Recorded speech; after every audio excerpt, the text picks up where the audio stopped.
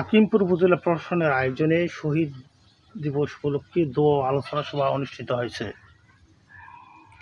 হেলি থেকে সেলিম রাজা শামীমের তথ্য ভিডিওচিত্রে দেখুন বিস্তারিত।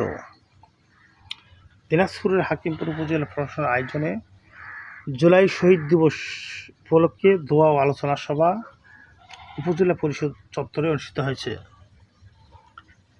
এ সময় উপস্থিত ছিলেন হাকিমপুর উপজেলা নির্বাহী অফিসার জজ মিত্র চাকমা, হাকিমপুর থানার অফিসার ইনচার্জ মোহাম্মদ জাকির হোসেন, হাকিমপুর উপজেলা বিএনপির সভাপতি মোহাম্মদ ফেরদৌস রহমান, সহসভাপতি মোহাম্মদ মামুনুর রশিদ, উপজেলা প্রকল্প বাস্তবায়ন কর্মকর্তা মোহাম্মদ মাসুদ রানা, হিলি পল্লী বিদ্যুৎ সমিতির এজিএম সোহরাদ্দি, উপজেলা সমস্যা অফিসার মোহাম্মদ মাসুদ রানা, হাকিমপুর উপজেলা প্রশাসনের বিভিন্ন কর্মকর্তাবৃন্দ সহ অনেকে উপস্থিত ছিলেন।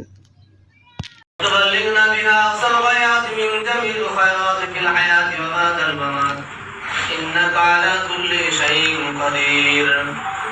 ربنا ظلمنا أنفسنا وإن لم تغفر لنا وترحمنا لنكونن من الخاسرين.